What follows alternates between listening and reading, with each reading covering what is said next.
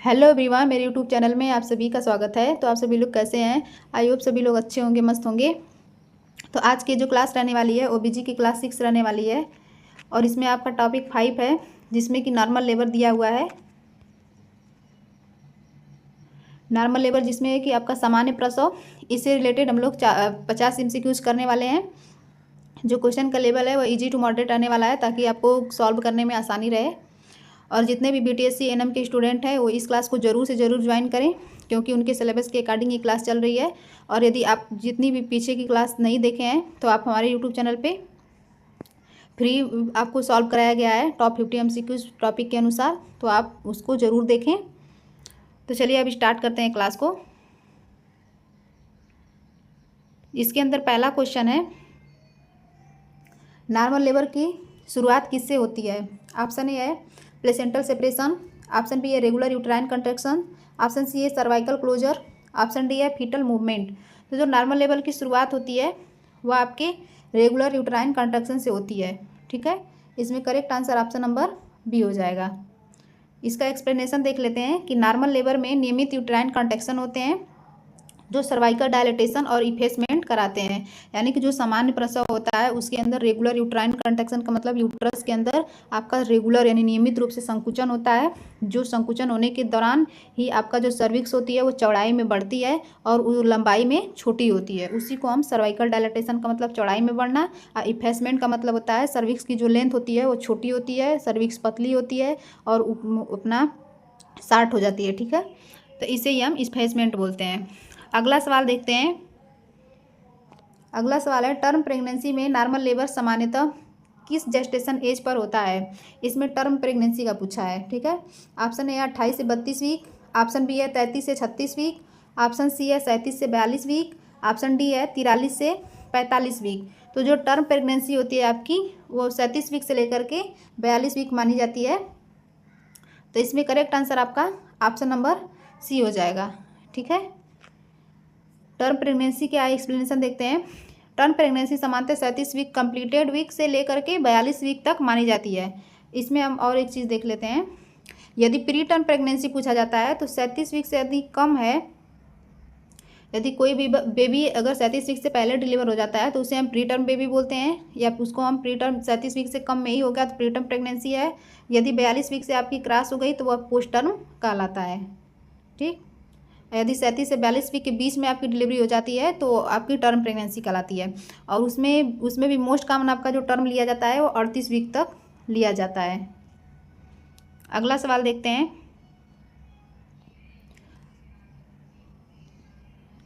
Labour का प्रथम stage किससे किस तक होता है? Option A onset of pain से लेकर के प्लेसेंटा डिलीवरी तक, ऑप्शन बी है सर्वाइकल डायलेशन से 0 से लेकर के 10 सेंटीमीटर तक, ऑप्शन सी 10 सेंटीमीटर से बेबी डिलीवरी तक, ऑप्शन डी है बेबी डिलीवरी से प्लेसेंटा डिलीवरी तक।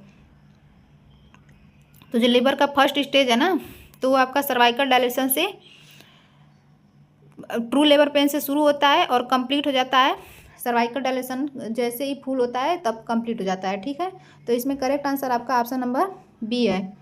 इसमें क्या होता है कि ये इसमें देख लेते हैं। फर्स्ट स्टेज जो होता है ट्रू लेबर की शुरुआत से लेकर के सर्विक्स के पूर्ण डायलेशन जो कि 10 सेंटीमीटर होता है वहाँ तक माना जाता है। अगला सवाल देखते हैं।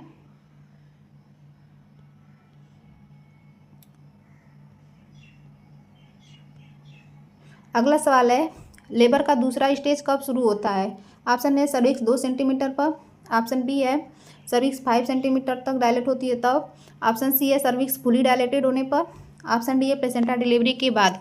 तो जो लेबर का सेकेंड स्टेज होता है वो सर्विक्स जब ही फुली डायलेट हो जाती है तो वहाँ से पहला स्टेज आपका ख़त्म होता है और दूसरा स्टेज स्टार्ट हो जाता है। तो करेक्ट आंसर इसमें ऑप्शन सी है। अगला सवाल देखते हैं।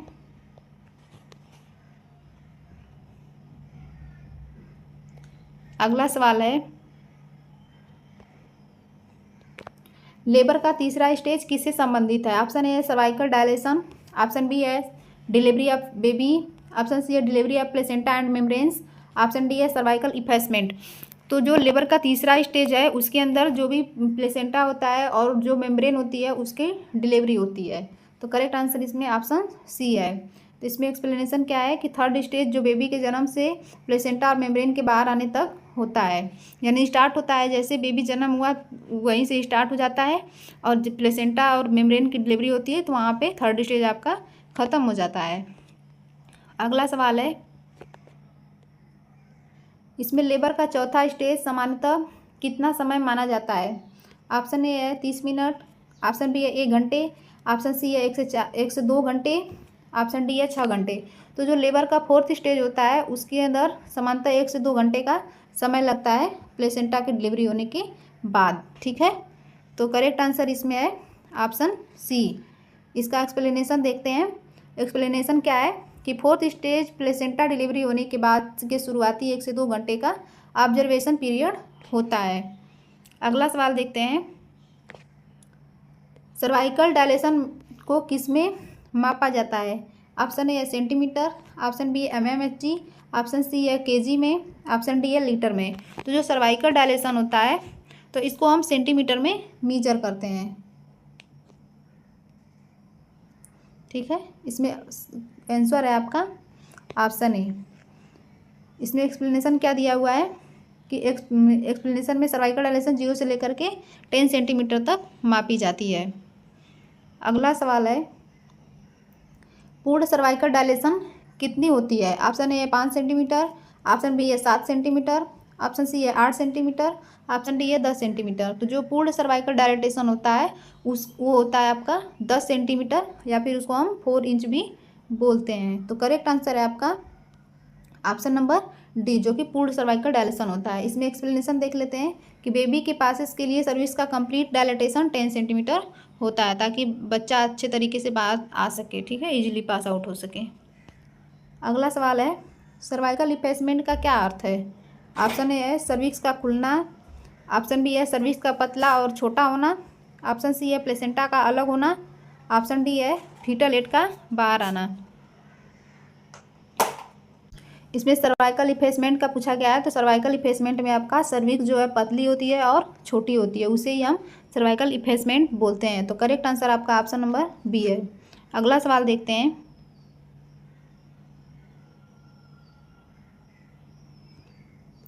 अगला सवाल क्या है कि लेबर में सबसे सामान्य फीटल प्रेजेंटेशन कौन सी होती है? ऑप्शन ए है ब्रीच, ऑप्शन बी है फेस, ऑप्शन सी है वर्टेक्स, ऑप्शन डी है शोल्डर। तो लेबर में सबसे समान फीटल प्रेजेंटेशन आपकी वर्टेक्स प्रेजेंटेशन होती है। इसमें एक्सप्लेनेशन में देख लेते हैं कि वर्टेक्स प्रेजेंटेशन सबसे कॉमन और समानता फेवरेबल प्रेजेंटेशन होती है। अगला सवाल, समान वर्टेक्स प्रेजेंटेशन में फीटल हेड का कौन सा डायमीटर महत्वपूर्ण है? ऑप्शन ए सब ऑक्सीपिटो ब्रैगमेटिक, ऑप्शन बी है ऑक्सीपिटो फ्रंटल, ऑप्शन सी है मेंटो वर्टिकल, ऑप्शन डी है सब मेंटो ब्रैगमेटिक। जो वर्टेक्स प्रेजेंटेशन होता है उसके अंदर फीटल हेड का जो डायमीटर होता है उसके अंदर सब ऑक्सीपिटो ब्रैगमेटिक होता है। ठीक है, यानी कि जैसे वर्टेक्स प्रेजेंटेशन होता है बच्चे का तो उसमें सब ऑक्सीपिटो ब्रैगमेटिक फीटल हेड का आपका डायमीटर होता है। इसमें एक्सप्लेनेशन क्या है कि इसमें क्या होता है कि फीटल हेड जो होता है वर्टेक्स प्रेजेंटेशन में वेल फ्लेक्स्ड होता है। वेल फ्लेक्स्ड वर्टेक्स प्रेजेंटेशन में आपका सब ऑक्सीपिटो ब्रैगमेटिक डायमीटर प्रस्तुत होता है। ठीक है, यहाँ पे दिया है। अगला सवाल देखते हैं, सामान्य फीटल पोजीशन कौन सी सबसे कॉमन है? Option A left occipito anterior, option B है right occipito posterior, option C है left sacro anterior, option D है राइट मेंटो पोस्टीरियर। तो जो समान फीटल पोजीशन होती है मोस्ट कॉमन वो होती है लेफ्ट ऑक्सीपिटो एंटीरियर होती है। तो इसमें करेक्ट आंसर है ऑप्शन ए। इसमें क्या है कि सबसे जो लेफ्ट ऑक्सीपिटो जो एंटीरियर होती है सबसे सामान्य फीटल पोजीशन मानी जाती है। अगला सवाल है, एंगेजमेंट का अर्थ क्या है? ऑप्शन ए बेबी का जन्म, ऑप्शन बी है पैराइटल डायमीटर का पेल्विक इनलेट से गुजरना, ऑप्शन सी है प्लेसेंटा का बाहर आना, ऑप्शन डी है सर्विक्स का बंद होना। तो जो एंगेजमेंट होता है उसके अंदर जो फीटल हेड का बाय पैराइटल डायमीटर होता है वह पेल्विक इनलेट से गुजरता है, इनिशियल स्पाइन से जो अटैच होता है उस कंडीशन को हम एंगेजमेंट बोलते हैं। तो करेक्ट आंसर इसमें ऑप्शन बी है। अगला सवाल देखते हैं,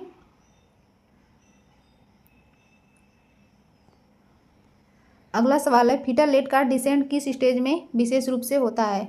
ऑप्शन ए है फर्स्ट स्टेज, ऑप्शन बी है सेकेंड स्टेज, ऑप्शन सी है थर्ड स्टेज, ऑप्शन डी है फोर्थ स्टेज। तो जो फीटल एट का डिसेंट जो होता है वो आपका यह सेकेंड स्टेज ऑफ लेबर के अंदर देखने को मिलता है, क्योंकि ये जो है engagement, descent, flexion, internal rotation आपका, फिर उसके बाद है इंटरनल रोटेशन के बाद है आपका एक्सटेंशन, फिर रेस्टिट्यूशन, एक्सटर्नल रोटेशन, फिर डिलीवरी ऑफ द फीटस। ये जितना भी होता है 8 जो है आपके लेबर मैकेनिज्म के लेबर के मैकेनिज्म होते हैं, ये सभी घटनाएं आपके सेकेंड स्टेज ऑफ लेबर में घटित होती हैं। ओके, तो इसमें एक्सप्लेनेशन देख लेते हैं कि सेकेंड स्टेज में फीटल एट का डिसेंट और एक्सपल्जन प्रमुख रूप से होता है। तो करेक्ट आंसर इसमें क्या था? ऑप्शन बी था। अगला सवाल देखते हैं। अगला सवाल है लेबर में फीटल हेड के मूवमेंट के सही क्रम में कौन सा शामिल है? ऑप्शन ए है flexion, option B internal rotation, option C extension, option D उपरोक्त सभी। तो जो भी फीटल हेड का जो मूवमेंट होता है उसके अंदर तीनों ही कंडीशन शामिल होती हैं। तो इसमें करेक्ट आंसर हो जाएगा उपरोक्त सभी। ठीक है, इसमें एक्सप्लेनेशन क्या है कि कार्डिनल मूवमेंट में engagement, descent, flexion, internal rotation, extension, restitution, external rotation and expulsion शामिल है, जो अभी मैंने बताया है। ठीक है, अगला सवाल देखते हैं। फीटल हेड के इंटरनल रोटेशन का उद्देश्य क्या है?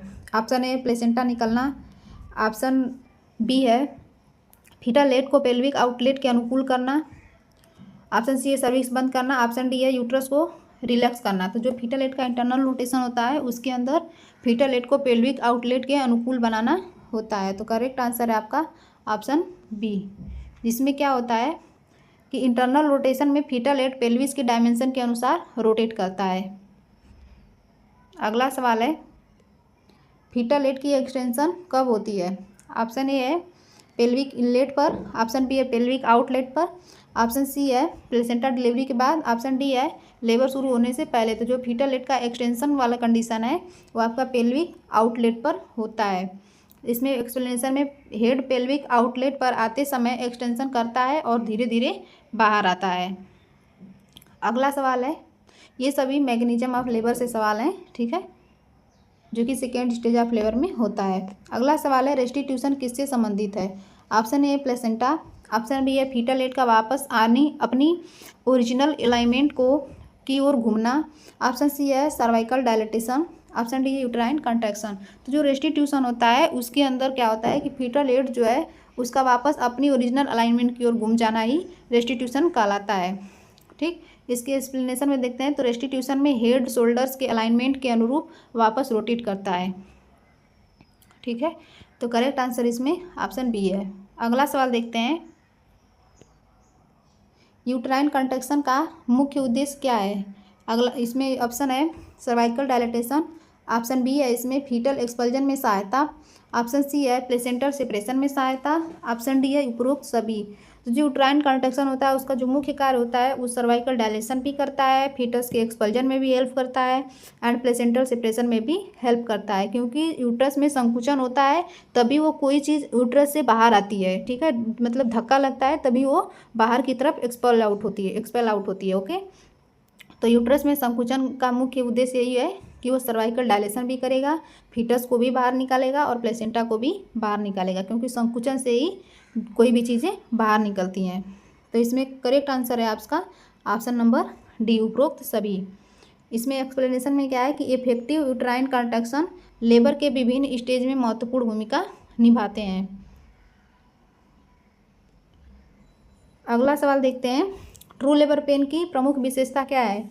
ऑप्शन ए इरेगुलर रहता है, ऑप्शन बी है धीरे धीरे नियमित और अधिक प्रभावी होता है, ऑप्शन सी है रेस्ट से पूरी तरह बंद हो जाता है, ऑप्शन डी है सर्वाइकल चेंजेस नहीं होते हैं। तो जो ट्रू लेबर पेन है तो वो क्या होता है कि धीरे धीरे नियमित और अधिक प्रभावी होता है।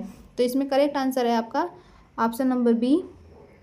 और इसके एक्सप्लेनेशन के बारे में देखते हैं। तो ट्रू लेबर पेन में कंट्रैक्शन नियमित, प्रोग्रेसिवली स्ट्रॉन्गर और सर्वाइकल चेंजेस से जुड़े होते हैं। ठीक है, अगला सवाल देखते हैं, फॉल्स लेबर में समानता क्या नहीं होता है? ऑप्शन ए है इरेगुलर कंट्रैक्शन, ऑप्शन बी है cervical progressive dilation, option C है pain, option D uterine tightening. तो जो फॉल्स लेबर होता है उसके अंदर जो सर्वाइकल ये हमारा प्रोग्रेसिव डायलेशन नहीं होता है, यानी सर्विक्स जो है प्रोग्रेसिव डायलेशन नहीं होती है, इसके अंदर सर्विक्स का डायलेशन नहीं होता है। फॉल्स लेबर में क्या है कि आपका यूट्राइन कंट्रैक्शन होता है इरेगुलर, और इसमें पेन भी होता है, थोड़ा डल पेन होता है, और पेन किलर लेने पे रिलीफ हो जाता है या फिर वॉकिंग करने पे रिलीफ हो जाता है। यूट्राइन टाइटनिंग होती है, बट वो लेबर की कंडीशन में कंट्रैक्शन वगैरह नहीं होता है, ठीक है। तो फॉल्स लेबर में क्या नहीं पूछा गया है, तो सर्वाइकल जो है आपकी सर्विक्स और प्रोग्रेसिव डायलेट नहीं होती है। इसमें एक्सप्लेनेशन में क्या है कि फॉल्स लेबर में कंट्रैक्शन हो सकते हैं, लेकिन प्रोग्रेसिव सर्वाइकल डायलेटेशन समानता नहीं होती है, ठीक है। करेक्ट आंसर ऑप्शन बी है। अगला सवाल है, लेबर में फीटल हार्ट रेट समानता कितनी होती है।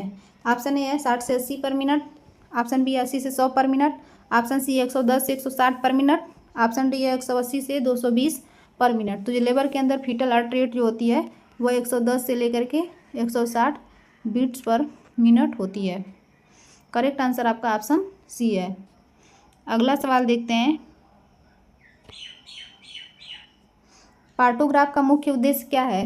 ऑप्शन ए है ब्लड शुगर मापना, ऑप्शन बी है लेबर की प्रोग्रेस मॉनिटर करना, ऑप्शन सी है हीमोग्लोबिन मापना, ऑप्शन डी है वेट मापना। तो इसके अंदर जो पार्टोग्राफ होता है उसके अंदर लेबर की प्रोग्रेसिव मॉनिटरिंग करी जाती है, ठीक है। तो पार्टोग्राफ होता क्या है, तो जो पार्टोग्राफ होता है इसके अंदर यह लेबर में प्रोग्रेस को रिप्रेजेंट करने व अर्ली स्टेज में कॉम्प्लिकेशन को पहचानने का एक वाइटल टूल होता है, ठीक है।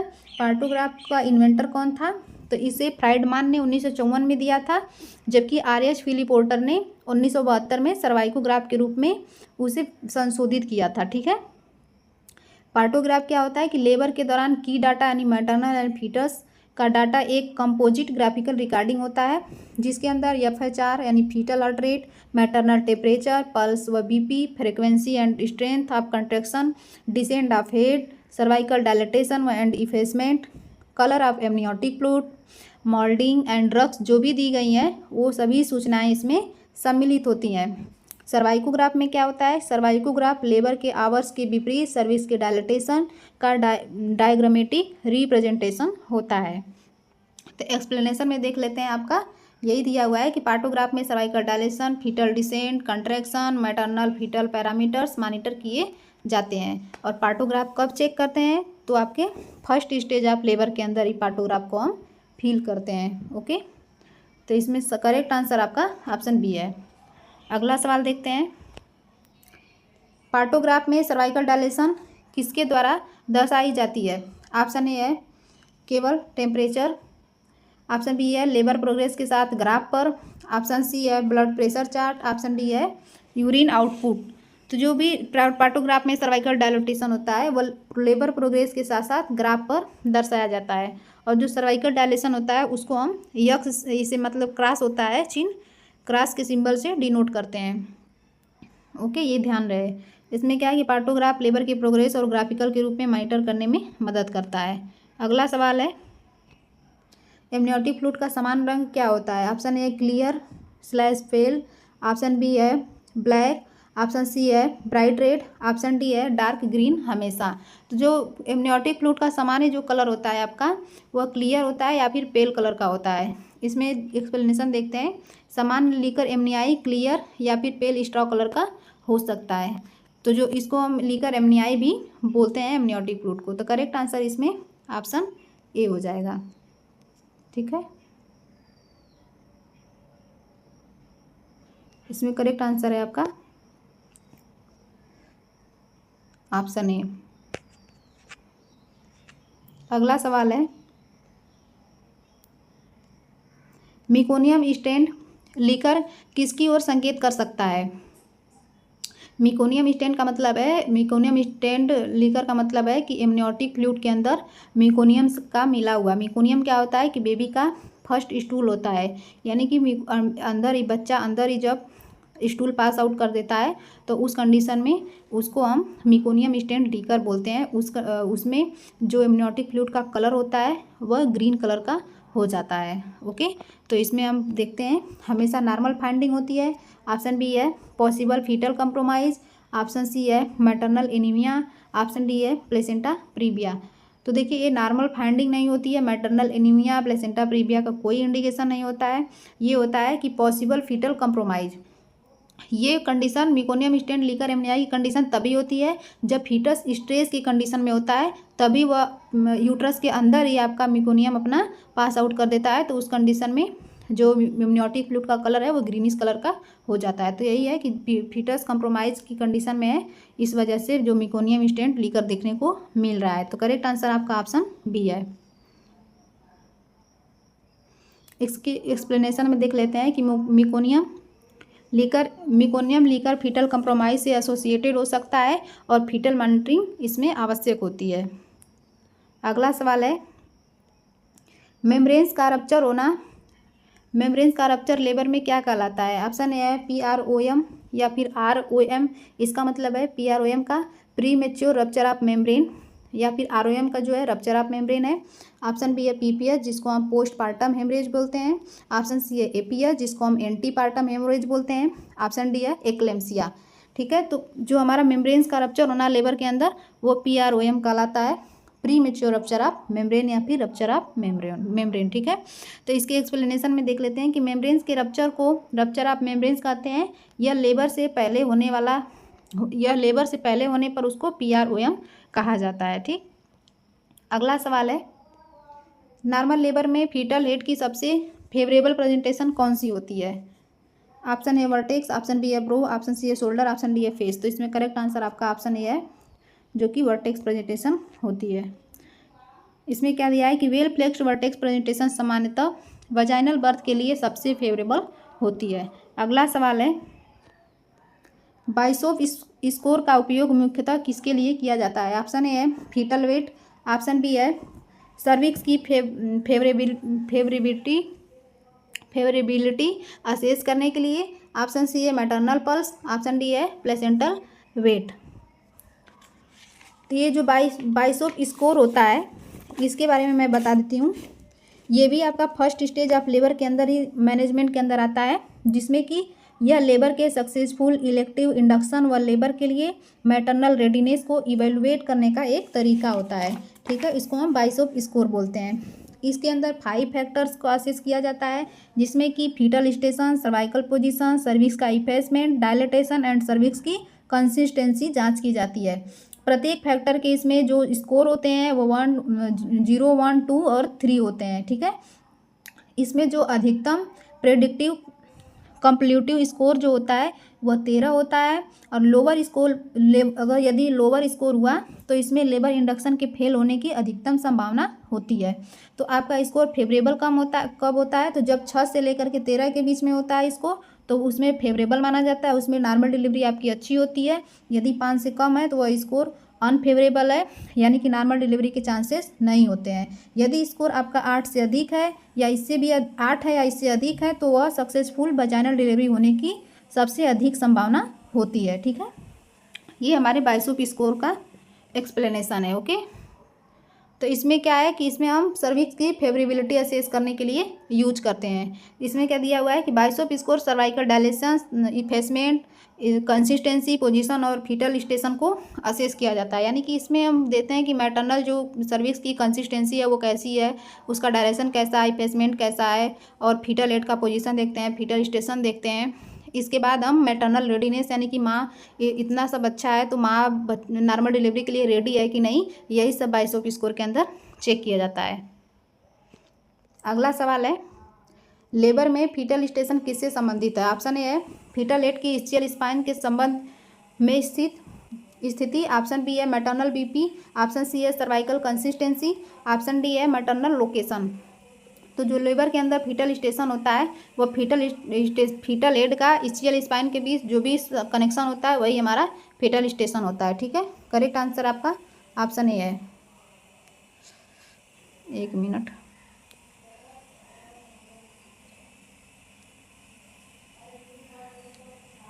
ठीक, ऑप्शन ए इसमें करेक्ट है, यानी कि ये है आपका पेल्विक इनलेट, ये है स्चियल स्पाइन। ठीक है, ये इसी के ऊपर जो भी फीटस, जब फीटल हेड अटैच होता है ये स्चियल स्पाइन पे, तो यही जो स्चियल स्पाइन और फीटल हेड के बीच जो संबंध है यही आपका फीटल स्टेशन कहलाता है। अगला सवाल देखते हैं, इस्चियल स्पाइन के लेबर पर स्टेशन कितना होता है? ऑप्शन ए -3, ऑप्शन बी है -1, ऑप्शन सी है 0, ऑप्शन डी है +3। तो ये देखिए, एक बता देती हूँ मैं। ये है आपका पेल्विक इनलेट, ये है इस्चियल स्पाइन, ठीक है। ये है आपका फीटल एड, और यहाँ पे अटैच है। तो यहाँ पे जो अटैच है ना, तो ये जो बन रहा है आपका इस्चियल स्पाइन, इस पे जो फीटल एड स्टेशन होता है उसका जो स्कोर होता है वो 0 होता है। अगर इसके ऊपर का स्कोर देखते हैं तो ये हमेशा माइनस में होता है, 1, -2, -3, -4, -5, ठीक है। और नीचे अगर आते हैं तो हमारा प्लस के अंदर स्कोर काउंट होता है, +1, +2, +3 ऐसे करके। यानी कि ये लेबर का अच्छा इंडिकेशन होता है। जो भी नीचे का होता है वो पॉजिटिव होता है, ऊपर हमारा निगेटिव होता है, यानी कि अभी डिलीवरी नहीं होगी, ठीक है। यदि ऊपर आता है तो इस्चियल स्पाइन पे है तो 0 फीटल एड स्टेशन है। यदि नीचे की तरफ आ रहा है तो वो हमारा स्टेशन में +1, +2 ऐसे करके होता रहता है, यानी कि पॉजिटिव लेबर के साइन होते हैं। ओके, तो इसके अंदर करेक्ट आंसर जो हो जाएगा वो आपका ऑप्शन सी है कि इस्चियल स्पाइन के लेबर पर स्टेशन 0 माना जाता है। अगला सवाल है, पॉजिटिव स्टेशन का अर्थ क्या है? ऑप्शन ए है प्रेजेंटिंग पार्ट का इस्चियल स्पाइन से ऊपर है, ऑप्शन बी है प्रेजेंटिंग पार्ट इस्चियल स्पाइन से नीचे है, ऑप्शन सी है आपका सर्विक्स बंद है, ऑप्शन डी है बेबी ट्रांसवर्स है। अभी मैंने बताया है कि जो पॉजिटिव स्टेशन है आपका, तो ये हमारा फीटस का जब प्रेजेंटिंग पार्ट नीचे की तरफ आने लगता है तो उस टाइम हम ये फीटल एड स्टेशन पॉजिटिव देते हैं। तो इसमें क्या होता है कि प्रेजेंटिंग पार्ट का इस्चियल स्पाइन से नीचे है तो वो हमारा पॉजिटिव स्टेशन माना जाता है। करेक्ट आंसर ऑप्शन बी है। तो इसका एक्सप्लेनेशन देख लेते हैं, यानी कि पॉजिटिव स्टेशन में प्रेजेंटिंग पार्ट इस्चियल स्पाइन से नीचे की ओर डिसेंड हो चुका होता है। अगला सवाल देखते हैं, नॉर्मल लेबर में मैटरनल पल्स की मॉनिटरिंग क्यों की जाती है? ऑप्शन ए मैटरनल कंडीशन असेस करने के लिए, ऑप्शन बी है फीटल सेक्स पता करने के लिए, ऑप्शन सी है सर्वाइकल डायलेटेशन मापने के लिए, ऑप्शन डी है प्लेसेंटा का आकार जानने के लिए। तो जो नॉर्मल लेबर का मैटरनल पल्स होता है नॉर्मल लेबर में, तो हमें मैटरनल कंडीशन का असेसमेंट करने के लिए किया जाता है। तो इसमें करेक्ट आंसर आपका ऑप्शन ए है, ठीक है। अगला सवाल देखते हैं, अगला सवाल क्या है कि लेबर के दौरान ब्लैडर को खाली रखना क्यों महत्वपूर्ण है? ऑप्शन ए है फीटल डिसेंट में बाधा कम करने के लिए, ऑप्शन बी है प्लेसेंटा बढ़ाने के लिए, ऑप्शन सी है सर्विक्स बंद करने के लिए, ऑप्शन डी है कॉन्ट्रैक्शन रोकने के लिए। तो जो लेबर के दौरान हम ब्लैडर को खाली इसलिए करते हैं क्योंकि फीटल डिसेंट में बाधा कम हो सके। ओके, तो इस करेक्ट आंसर आपका ऑप्शन ए हो जाएगा। अगला सवाल क्या है, नॉर्मल लेबर में पेरिनियल सपोर्ट का उद्देश्य क्या है? ऑप्शन ए है पेरिनियल ट्रामा कम करने में सहायता, ऑप्शन बी है सर्विक्स बंद करना, ऑप्शन सी है लेबर रोकना, ऑप्शन डी है प्लेसेंटा रोकना। तो इसमें करेक्ट आंसर है आपका पेरिनियल ट्रामा को कम करने में सहायता करता है। करेक्ट आंसर ए है। अगला सवाल है, बेबी के जन्म के बाद सबसे पहले किसका असेसमेंट महत्वपूर्ण? ऑप्शन है हेयर कलर, ऑप्शन बी है ब्रीदिंग या फिर respiration, option C eye colour, option D है वेट वनली। तो जो सबसे पहला असेसमेंट होता है वो आपका ब्रीदिंग या रेस्पिरेशन होता है। ऑप्शन इसमें बी करेक्ट हो जाएगा, यानी कि जन्म के तुरंत बाद न्यूबॉर्न की ब्रीदिंग और ओवरऑल कंडीशन का असेसमेंट महत्वपूर्ण होता है। अगला सवाल है, अपगार स्कोर कब असेस किया जाता है? ऑप्शन ए केवल 10 घंटे बाद, ऑप्शन बी 1 और 5 मिनट पर, ऑप्शन सी है केवल 24 घंटे बाद, ऑप्शन डी केवल 1 सप्ताह। तो इसमें अपगार स्कोर जो होता है वह बर्थ के 1 से लेकर के 5 मिनट पर असेस किया जाता है। अगला सवाल है, अपगार में ए किसके लिए है? Option A airway, option B appearance, option C है एक्टिविटी, ऑप्शन डी है एब्डोमेन। तो जो अपगार में ए वर्ड होता है वो अपीयरेंस को रिप्रेजेंट करता है, ठीक है। इसके अंदर अपगार का मतलब जान लेते हैं कि appearance, P for pulse, G for grimace, A for activity and R for respiration. अगला सवाल देखते हैं, प्लेसेंटा सेपरेशन के बाद यूट्रस समानता कैसा होना चाहिए? ऑप्शन ए सॉफ्ट और इनलार्ज, ऑप्शन बी है फर्म और कॉन्ट्रैक्टेड, ऑप्शन सी है हमेशा रिलैक्स्ड, ऑप्शन डी है बिल्कुल एब्सेंट। जो प्लेसेंटा जब सेपरेशन हो जाता है तो उस टाइम जो यूट्रस है वो हमेशा फर्म एंड कॉन्ट्रैक्ट होना चाहिए। ताकि पीपीएच होने के चांसेस कम हो सके।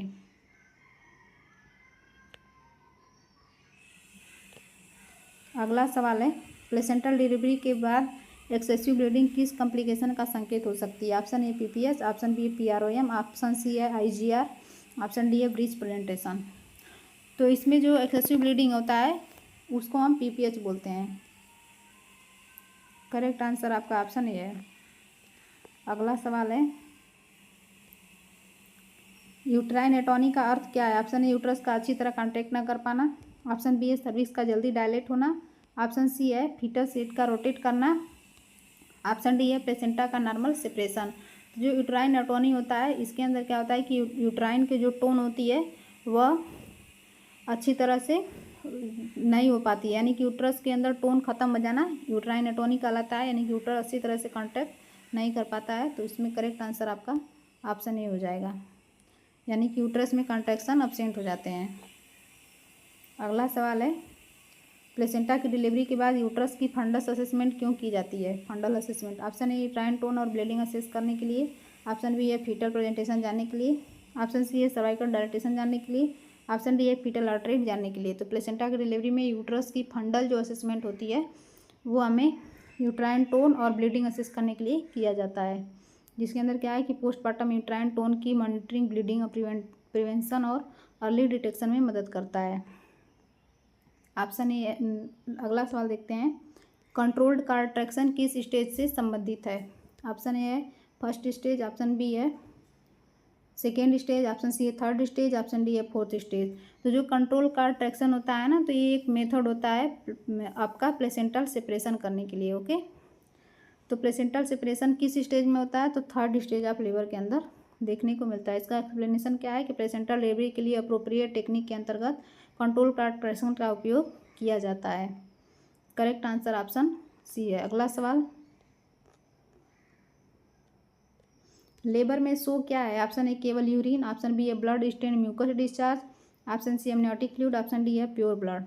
तो जो शो होता है वो ब्लड स्टेन म्यूकस डिस्चार्ज होता है, यानी कि ब्लड के साथ साथ कुछ म्यूकस भी आते हैं, उसको हम शो कहते हैं। ठीक है, ये फर्स्ट स्टेज ऑफ लेबर के अंदर देखने को मिलता है।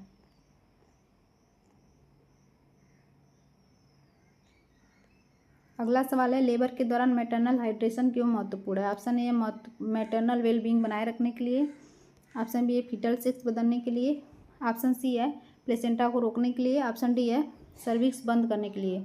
जो मैटरनल हाइड्रेशन होता है वो इसलिए महत्वपूर्ण होता है क्योंकि मैटरनल जो वेलबींग है उसको बनाए रखने के लिए महत्वपूर्ण होता है। ओके, करेक्ट आंसर क्या इसमें ऑप्शन नंबर ए है, अप्रोप्रिएट। इसमें क्या दिया हुआ है? अप्रोप्रिएट हाइड्रेशन लेबर के दौरान मैटरनल वेलबींग और फिजियोलॉजिकल नीड्स के लिए महत्वपूर्ण होता है। अगला सवाल देखते हैं, नॉर्मल लेबर में फीटल हार्ट रेट की नियमित मॉनिटरिंग किसके लिए जरूरी है? किसके लिए की जाती है? ऑप्शन ए है फीटल वेलबींग असेस करने के लिए, ऑप्शन बी है मैटरनल वेट जानने के लिए, ऑप्शन सी है सर्विक्स की कंसिस्टेंसी जानने के लिए, ऑप्शन डी है प्लेसेंटा का वेट जानने के लिए। तो जो फीटल हार्ट रेट की मॉनिटरिंग होती है वह फीटल वेलबींग को जानने के लिए की जाती है। तो करेक्ट आंसर इसमें ऑप्शन ए है। इसमें क्या दिया है कि एफएचआर मॉनिटरिंग फीटल ऑक्सीजनेशन और फीटल वेलबींग में संभावित बदलाव पहचानने में मदद करती है। अगला सवाल है, लेबर में सर्वाइकल डायलेशन का अर्थ क्या है?